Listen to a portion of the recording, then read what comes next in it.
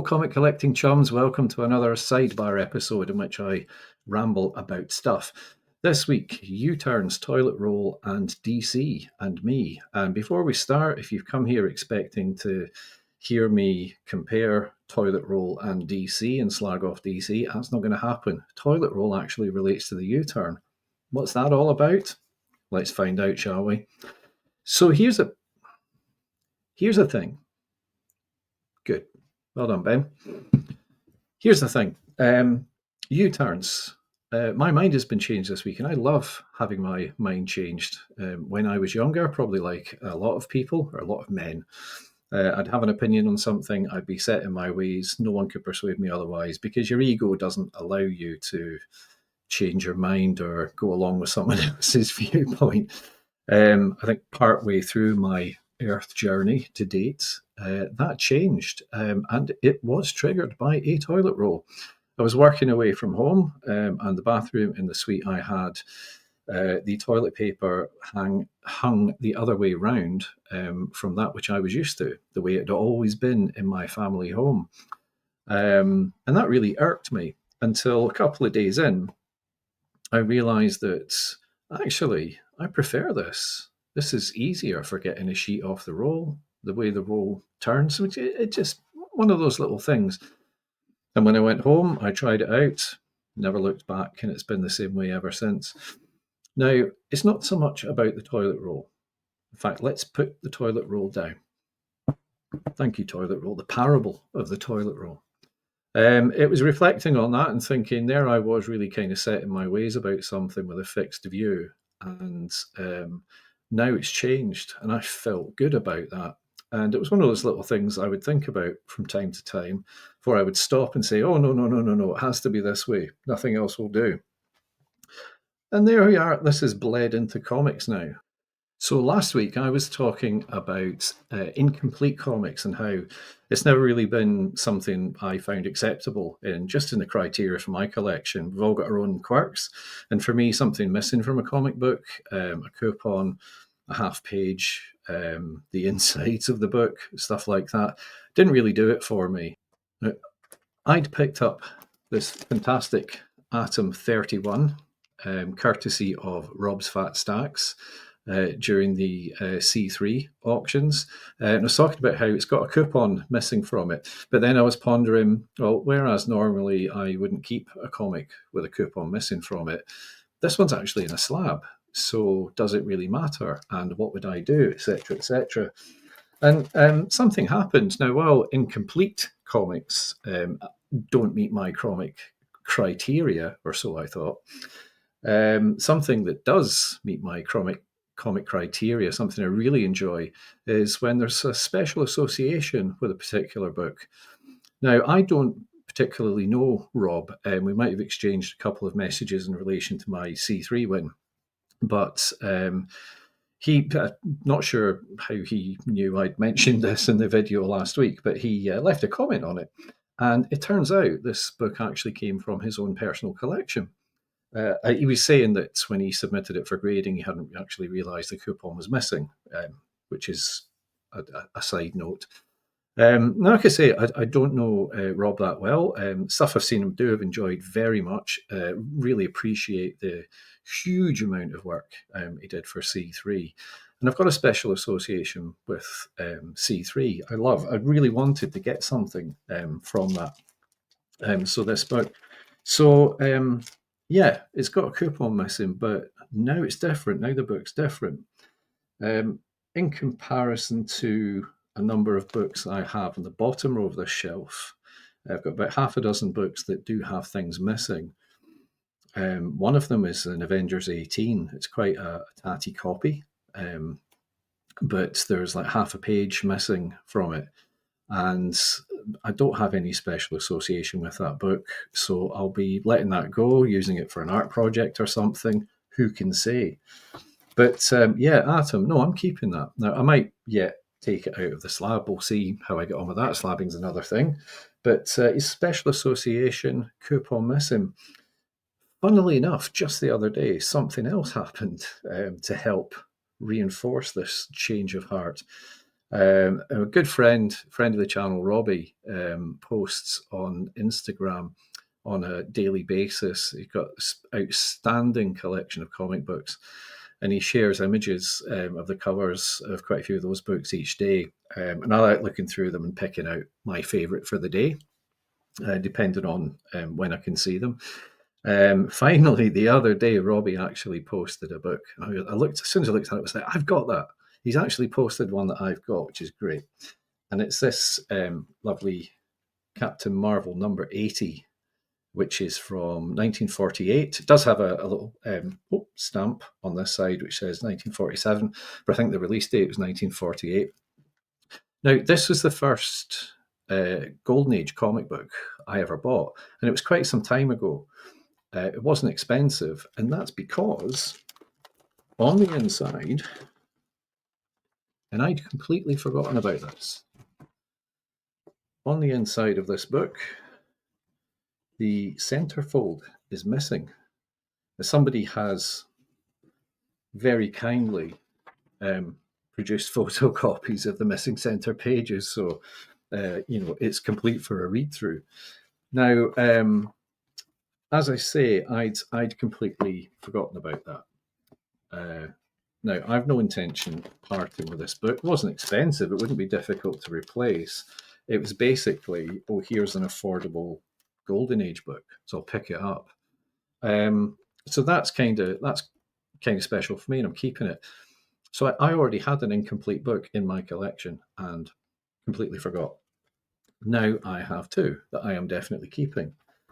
Embrace change, people. It's good for you. And I like to see what happens with the rest of my collection. I'm going to revisit those other books I've got that have got bits missing and go, should I? Would I? Now, I'm not sure if it was part of a full run. I would have something incomplete. Might get a second copy of it or something for the purposes of having a complete run. That might keep all my sensibilities in check and do it for me. But so a bit of a U-turn for me. And I think it's good that it will take some of the restrictions off the way I collect as well. And there might be some very, very nice older books that I wouldn't normally get in such a low grade because they're incomplete. Now I might be able to have them and enjoy them because I'm more accepting of that funny bit of criteria. So that is that. Now I'll move swiftly on to DC and me, because there's a lot to pack in this week. So by way of a quick historical tour, when I first got into comics, I was given a pile of Marvel comics, and then I started buying Marvel comics because that's what I'd been reading. Was at school, obviously didn't have much of a budget. It was basically lunch money, pocket money, anything like that would get spent on them. Later on, end of the 1980s, I was working full time, had my first house, didn't have kids yet, so I had disposable income. And I'd moved to a place where there were actual comic shops, so back issues and everything were a thing for me. And again, I was already focused on a couple of runs that I wanted to collect, Marvel runs. But I was buying new stuff at the time, so buying a lot of new Marvel titles. And I found that when I was burning through them and running out of things to read, I started buying DC titles as well. Now, I can remember that rather than go to the comic shop for them, I was pretty much picking them up from the local newsagent, news shop, or corner shop just around the corner from me. So I think I was a bit restricted to what they had. Now, I was picking up titles, and this is, I think, between 1988 and 1990, because I can remember the Batman Death in the Family thing was in there. I can also remember Starman had just started, so I got on board with that. I quite enjoyed Starman because, like I say, it was a good jumping on point. Some of the other books, I didn't know the characters, didn't know the history of the characters, the backgrounds, and the locations as well, whereas Marvel comics were predominantly set either in space or in New York City. Places like Metropolis, Gotham, is it Central City for the Flash, and wherever the other people were. I just sort of wasn't familiar with them, so maybe that made them hard to get into.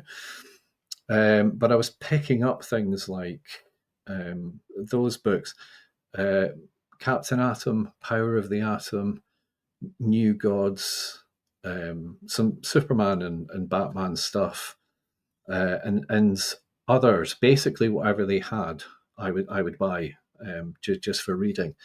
Um, I have to say, after between 1 and 2 years, quite a lot of the books, so I looked at the pile of them I had and just felt, eh, I didn't really sort of care about the characters, didn't really got into them. The only one I really enjoyed was Action Comics Weekly. I think it just felt like better value for money. There was some Superman in there which I wasn't that taken with. A dude called Wild Dog, I think it was. I quite enjoyed that. That felt quite an indie thing. Probably something more akin to what we'd had in British comics when I was younger. Um, so after a couple of years, I had this pile of them, and there was a couple of things. It was like A, they're taking up room, and B, I'm spending money on these new comics that I'm not really enjoying when I could be putting that towards back issues to start working on those runs I was working on. So I just got rid of a lot, and I never went back to DC, despite loving Batman films and stuff like that. The comics never really got back into them. Now I'm aware that looking at that period, titles I haven't mentioned are things like Animal Man and Swamp Thing, which obviously I've seen this year, are highly recommended, highly rated, stuff like that. So it could have been poor choice on my part. I think it was more to do with what the local shop had. I would just buy what they had, and maybe they didn't get the better selling titles. I don't know. Or maybe it was a bad period for DC and those titles. I'm not really sure. Someone who's a lot more DC savvy will be able to tell me. And, hopefully you'll all forgive me. So this year, having completely properly got all of the collection out of storage, did a whole inventory, got rid of a load of stuff, and started looking at what does my collection mean to me now? What do I want to do? I started looking a lot more at silver and gold age stuff, bronze age stuff as well. And in looking through things that I wanted to pick up and collect, of course, I was seeing a lot of older DC books and covers that I hadn't seen before. And some of them are just fantastic. So I started picking up quite a few. Now, a lot of it is just based on the covers. And until I've got a run of issues of a DC title, I'm not likely to sort of read them or get into them. I've had a look through all of them. I mean, I inspect everything when it arrives anyway, just to make sure of the grade before I put it away. But some I have sort of stopped and looked at the story and read through the stories. And depending on the age they come from and the characters involved, some look really interesting. Some don't, but we'll see. So what I'd like to do, I think it's too much to cram into one episode. So I think over the coming episodes, I'll show a little bit at a time of the DC stuff I've been picking up. And I'd love to know what you think about those and your recommendations. One thing I will say is I've picked up some trade paperbacks and books. Another thing I wanted to do this year was look at, in the same way people sort of go through periods of rereading classic literature, kind of the same thing. So when I hear people talking about the top 10 or top 50 or 100 comics of all time, there's things on that list that I've never read before. So I've picked up things like Watchmen. Yes, I know. Look at me. Look at how old I am. I've never read Watchmen. There it is. Well, now I have. Thought, Alan Moore is just such a brilliant writer. I don't think everything he does is particularly easy to read or necessarily enjoyable, but Watchmen was great. Characters were great. I see why it's so highly rated. I got a cheap trade paperback or graphic novel of that, and that's definitely staying in the collection. And another thing I picked up, which was recommended to me, was this Kingdom Come. So that's on a lot of lists as well. Not a hard sell for me because I will literally pick up anything Alex Ross has been involved with. Alex Ross could paint on that, and I would probably buy it. Stranger things have happened. So yeah, I thoroughly enjoyed this. Now, there's a lot of, I mean, the art. There's a lot of characters in here, and sometimes background characters that I don't know who they are, and possibly references to other storylines or other things that have happened in DC that would have gone over my head. But all the same, when I got to the end of it, I was like, quite honestly, this is one of the best comic things I've ever read. It's brilliant. So Mark Waid, Alex Ross, absolutely superb, and definitely be keeping that in the collection. If you've got recommendations for any more, that would be awesome. In one of the episodes of People with Issues recorded the other day, a lovely guy called Peter, he recommended to me that I should pick up All Star Superman. So within about an hour, I'd bought a copy of it. So he's a bad influencer, but I'm looking forward to that arriving, particularly with Superman, because as a kid I watched Superman, pretended to be Superman, probably had a T-shirt. But all the times I've picked up a comic, a Superman comic or a comic with Superman in it, I've just never. Like, I've always been of the opinion that maybe the problem with Superman is he's too powerful. So the stories that have to be made up that can manage the level of power he has, it's just too difficult. I don't know. Or maybe it's just me being, ignorant or reading bits and pieces where I've not really kind of fully appreciated the background. So I love the character, but Kingdom Come's the first thing I read where I was like, this is awesome. Superman's awesome, and he's not necessarily the world's nicest guy in this book at all times, but yeah, absolutely loved it. Moving swiftly on, I think what I'll start doing is working through the DC stuff I've got alphabetically, so the videos don't get too long and I don't lose track of where I've been. So I'm going to start with this. This is one of the first, when I was looking at Silver Age stuff, I saw this cover and fell deeply in love with it. As I have with a lot of Atom covers, obviously I've got the one from Rob, issue 31. This is issue 10 from 1963. It's absolutely stunning. When I was in the States, hoovering up comics, I picked this up from Has Been Toys and Collectibles, as I did a great many other books. Adventure Comics, 428, which you'll all know, from 1973, Bob Oxner cover, origin and first full appearance of Black Orchid. Quite simply, I saw this and I was like, oh, it's that book that everybody talks about. Everybody loves this book. I have to get that. It wasn't too expensive. It's got a little bit of a tear in the back. It's probably, even though it's beautiful in the front, it's probably roughly about 4.5 or 5 grade, this book. And the last one I will touch on today, just to change it up and have 3 different kinds of things in there. This is Black Magic number 6 from 1974. Joe Simon, Grandinetti, and Jack Kirby. So if I can get the glare off that, it's just fantastic, isn't it? Probably one I picked up in the run up to Halloween. I think October probably saw record sales for horror related books, but that was my pick. So there we have it. U-Turns, Toilet Roll, me and DC. Thoughts, comments, suggestions, please put them in the comments. Loving the chat I'm having with people. Thanks so much for that. And until next time, stay groovy.